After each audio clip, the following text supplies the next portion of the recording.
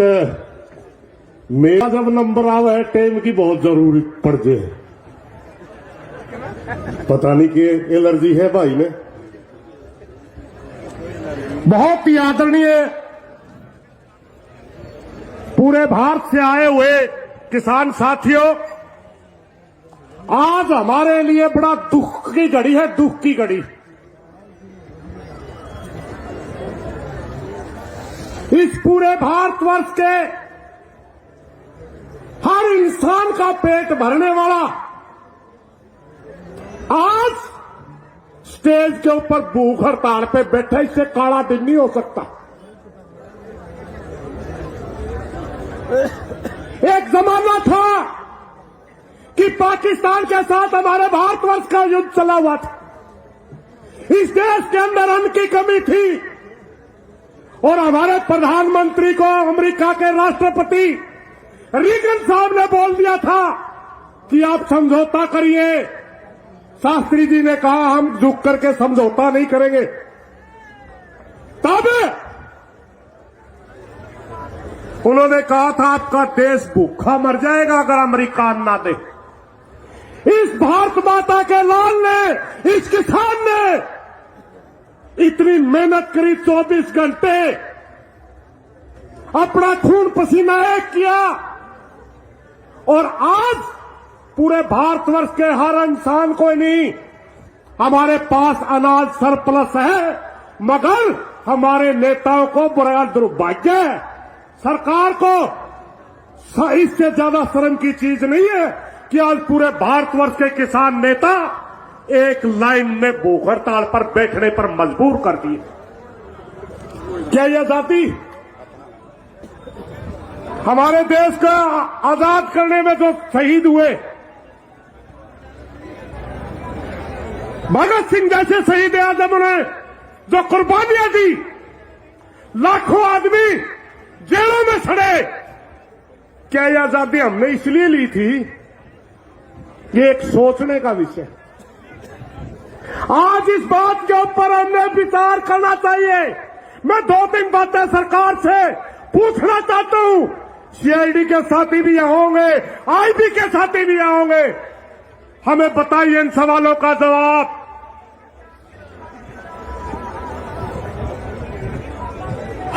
हमारे शहीदों ने, हमारे पूर्वजों ने आजादी इसलिए नहीं दी थी, इसलिए नहीं ली थी कि आप इस देश को चंद पूंजीपतियों के हाथ में बेच देंगे।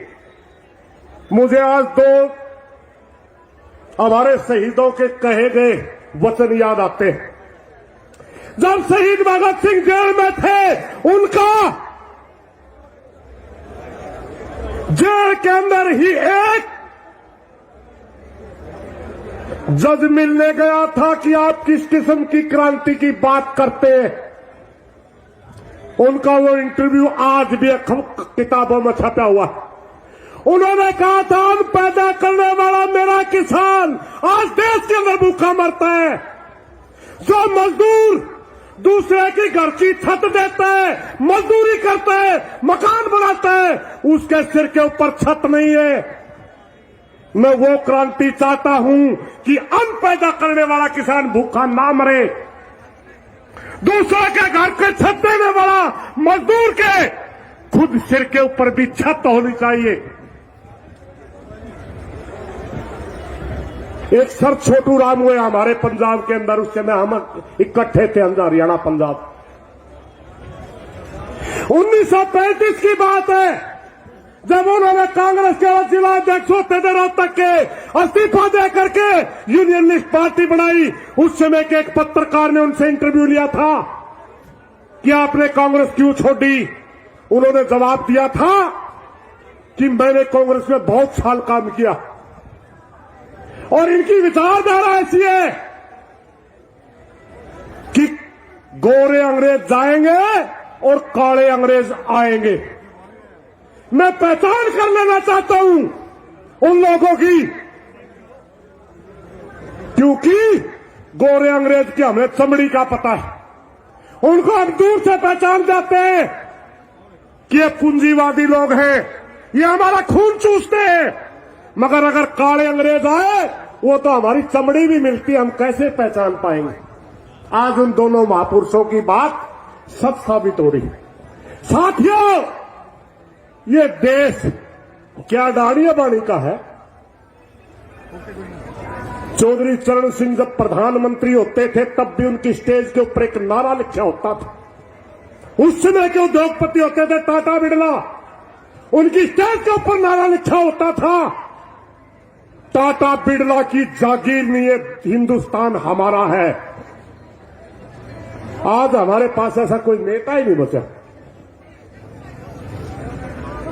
आज हमारे पास ऐसा विचार का कोई नेता ही नहीं बचा जिसको सुधारीकरण कहते हैं।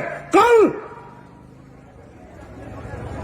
एक इंटरव्यू चला हुआ था हमारे कृषि मंत्री का, उन्होंने साफ साफ माना कि हमारी WTO के अंदर मजबूरी है, हम MSP के ऊपर कानून नहीं बना सकते, हम WTO में साइन कर चुके हैं, इसलिए हमने ये कानून लाने पड़े।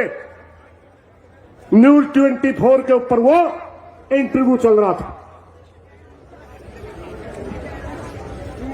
क्यों WTO का समझौता कर दिया, क्या सारी जनता को भूखा मारेंगे आप लोग? क्या आप समझौता तोड़ के बाहर नहीं आ सकते? अमेरिका अपनी सुविधा के अनुसार हर रोज देशों के अंदर हुए समझौतों को तोड़ता है, तो हिंदुस्तान की कौन सी मजबूरी है?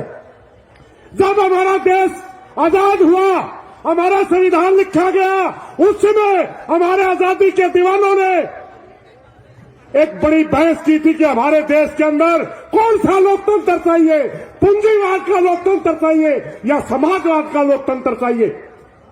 हमारे संविधान में साफ साफ लिखा गया है कि हमें समाजवाद का लोकतंत्र चाहिए, क्योंकि हम गरीब देश हैं। आज भी हिंदुस्तान के अंदर अगर सबसे ज्यादा कुपोषण के बच्चे हैं हिंदुस्तान में, आज भी अगर कोई गरीबी में सबसे ज्यादा लोग भूखे सोते वो हिंदुस्तान में सोते हैं।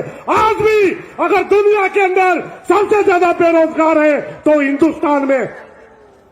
इतने बड़े बढ़ गए आप, शर्म करो मोदी, शर्म कर। हमारे आंदोलनों में 2-4 चुट्टे मुट्टे नेताओं को भेज करके बदनाम करना चाहते हैं आप। कुछ गलत टाइप के पोस्टर लगा करके बदनाम करना चाहते हैं आप। हमें पता है आपने बहुत से आंदोलनों को बदनाम कर दिया, मगर ये राष्ट्रवादी लोगों का आंदोलन है, ये देश से प्रेम करने वालों का आंदोलन है, ये देश के सत्य देश हितैषियों का आंदोलन है। इसको आप बदनाम नहीं कर पाएंगे। जितना छल करेंगे, जितना फूट डालने की कोशिश करेंगे, जितना हमें बांटने की कोशिश करेंगे, हम उतना मजबूत बन के उभरेंगे, उतना ज्यादा मेहनत करेंगे। और याद दिलाता हूं मैं, 2-4 छुट भैये नेताओं को ले जाकर के, नेता भी नहीं है, सिंगल आदमी है, संगठन नहीं है, कोई संगठन नहीं है। मैंने भारतवर्ष के किसानों में काम करते हुए 32 साल हो चुके हैं। मुझे पता है इस देश के अंदर लगभग 2000 यूनियन है, उनमें 500-600 तो मात्र NGO चलाते हैं, सिंगल आदमी कुछ नहीं है। बयान दिलवा दिया, क्या कर लेंगे? कितने आदमी आपके पास? एक याद रख, एक बात को याद रख, जितनी ताकत आप हमारे आंदोलन को बदनाम करने के लिए कर दे रहे, जितनी ताकत आप हमारे आंदोलन को दबाने के लिए लगा रहे हैं, उससे अगर आधी ताकत भी इन किसानों की बात सुनने में लगाते, आपकी इतनी बेइज्जती ना होती। साथियों, इन्होंने बहुत ज्यादा आंदोलनों को बदनाम कर दिया। इनके खुद के लोग हैं वो सारे, देश विरोधी नारे लगाते हैं वो भी इनके लोग हैं। गलत आदमियों का पोस्टर लेकर के आंदोलन में घुसते वो इनके खुद के लोग हैं। वही चेहरे हैं, वही बार बार सामने क्यों आते हैं? हर आंदोलन में वही क्यों आते हैं? क्योंकि वो इन लोगों ने पाले हुए लोग हैं और वो आंदोलन में घुसा करके किसी भी आंदोलन को देश विरोधी घोषित करते हैं। मीडिया वाले इनके साथ है ही।